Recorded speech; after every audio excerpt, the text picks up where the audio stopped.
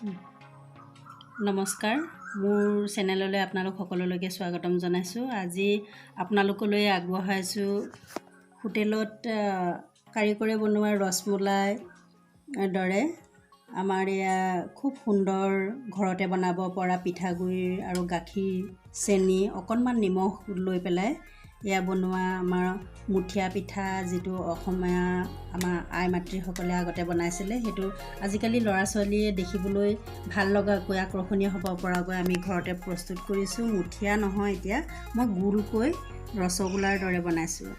গতিকে এই পিঠাখিনি আমি কেনেদৰে বনাইছিলোঁ আহকচোন। কি ইয়াৰ কাৰণে উপকৰণৰ প্ৰয়োজন হয় আপোনালোকক দেখাইছোঁ মই। থলুৱা আমাৰ মুঠি পিঠা বা গোল পিঠা বনাবলৈ আজি যিখিনি প্ৰয়োজনীয় সামগ্ৰী, এয়া ল'লোঁ গাখীৰ আৰু এয়া চকোৱা চাউলৰ প্ৰায় 1.5 পোৱামান চাউলৰ পিঠাগুড়ি আমি খুন্দি প্ৰস্তুত কৰি ল'লোঁ। তাৰপিছত এয়া মিঠা অনুযায়ী চেনি ল'লোঁ আৰু কুহুমীয়া পানী ল'লোঁ আৰু এয়া আমি সোৱাদ অনুযায়ী অকণমান নিমখ ইয়াৰ পৰা দিব লাগিব, নিমখ ল'লোঁ আৰু এইকেইটাৰ পৰা আমি এতিয়া অলপ নিমখ ইয়াত ছটিয়াই আমি সোৱাদটো উঠিব পৰাকৈ আমি নিমখ ছটিয়াই ল'লোঁ।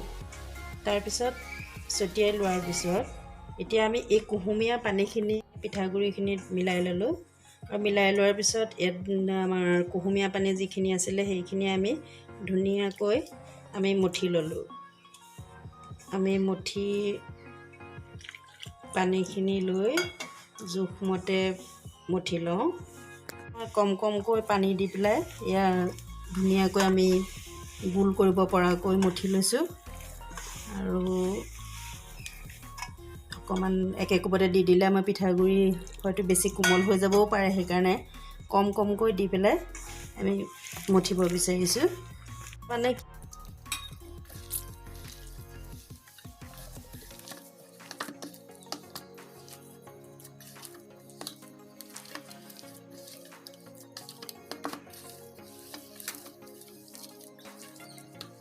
এতিয়া এয়া অলপকৈ পানী দি ধুনীয়াকৈ আমি মঠি ল'লোঁ।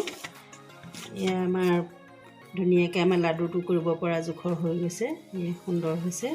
আৰু আমি এই পিঠাটো আগৰ দিনত মানুহে মুঠি পিঠাটো এনেকৈ টিপা মাৰি কৰিছিলে, এইটো এতিয়া টিপা মাৰি কৰিছিলে এনেকৈ। এইটো টিপা পিঠা বা মুঠিয়া পিঠা বুলিও কিছুমানে কয়, ডাঙৰ কৰে মুঠিয়াটো, জুইত বনাই কাৰণে ডাঙৰ কৰে। কিন্তু আজিকালি ল'ৰা ছোৱালীয়ে খাবলৈ ভাল পোৱাকৈ বা দেখিবলৈ ধুনীয়া হোৱাকৈ মই এটা প্ৰচেছত কৰোঁ, ইমানটো এটা সৰু লাডু কৰোঁ যাতে চামুচত ধুনীয়াকৈ সোমোৱাই সৰু ল'ৰা ছোৱালীয়েও খাবলৈ অসুবিধা নহয়, ইমানটো সুন্দৰ এটা শ্বেপত কৰোঁ। আৰু এই শ্বেপটো এনেকৈ আমি থৈ দি তাৰপিছত আমি এতিয়া আগবাঢ়িব লাগিব গেছৰ ওচৰলৈ, কাৰণ এই গাখীৰখিনি যে থৈছিলোঁ এই গাখীৰখিনি আমি এতিয়া গেছত আমি উতলাই ল'ব লাগিব। এতিয়া আমি গেছটো জ্বলাই গাখীৰ বহাই দিলোঁ আৰু গাখীৰখিনি উতলা মানে আমি এতিয়া লাডুকেইটা ধুনীয়াকৈ আমি বনাই লওঁ। বনাই ল'লোঁ। গাখীৰখিনি উতলাই মানে মই মঠি লোৱা পিঠাগুড়িৰ পৰা সৰুকৈ লাড়ু বনাই ল'লোঁ আৰু এতিয়া গাখীৰ আমাৰ উতলিছে, উতলাৰ আমি অলপ কমাই দিলোঁ। কমাই দিয়ে এতিয়া এই উতলা গাখীৰখিনি এটাকৈ এই লাড়ুখিনি দি দিওঁ।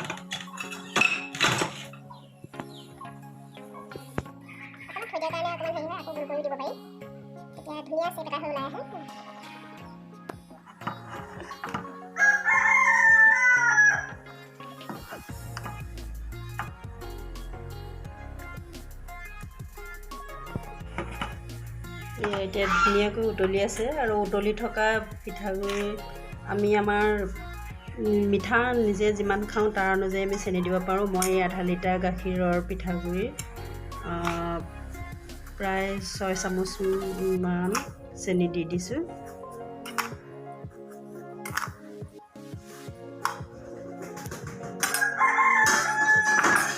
চেনিটো দি এতিয়া আকৌ লৰাই দিছোঁ। ধুনীয়া লাড়ু হৈ উঠিছে।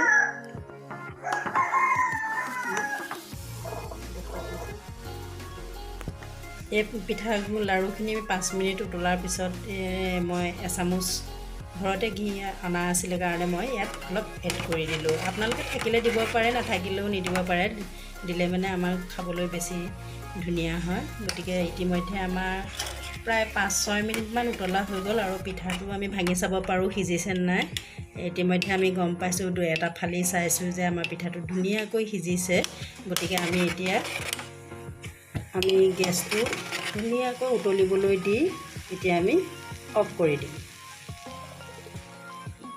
কিছু আমাৰ মাজলৈকে পিঠাটো সিজিছে গতিকে আমি চাওক মই খাবৰ কাৰণে ধুনীয়াকৈ এয়া বাঢ়ি ল'লোঁ আৰু ইয়াত আমাৰ গুল পিঠা বা লাড়ু পিঠাটো আমি দেখিবলৈ সুন্দৰ হোৱাকৈ পৰিবেশন যিদৰে সুন্দৰ হ'ব সুন্দৰ হ'ব আমি ঠিক তেনেদৰে দেখিবলৈ সুন্দৰ হোৱাকৈ ষ্ট্ৰবেৰী ইয়াত দিছোঁ আৰু কিচমিচ কাজু আৰু এয়া আমাক খুব ধুনীয়াকৈ এয়া সজাই খাই চাবচোন কিমান ধুনীয়া লাগে আপোনালোকে আৰু খাই যদি ভাল পায় মোৰ চেনেলটোত আপোনালোকে কমেণ্ট কৰিব ছাবস্ক্ৰাইব কৰিব আৰু আপোনালোক সকলোলৈকে ধন্যবাদ জনাই মই আপোনালোকৰ আকৌ লগ পোৱাৰ আশাৰে মোৰ ইমানতে আজি আমাৰ যি পৰিবেশনৰ কাৰণে পিঠা ৰেচিপি জনালোঁ ধন্যবাদ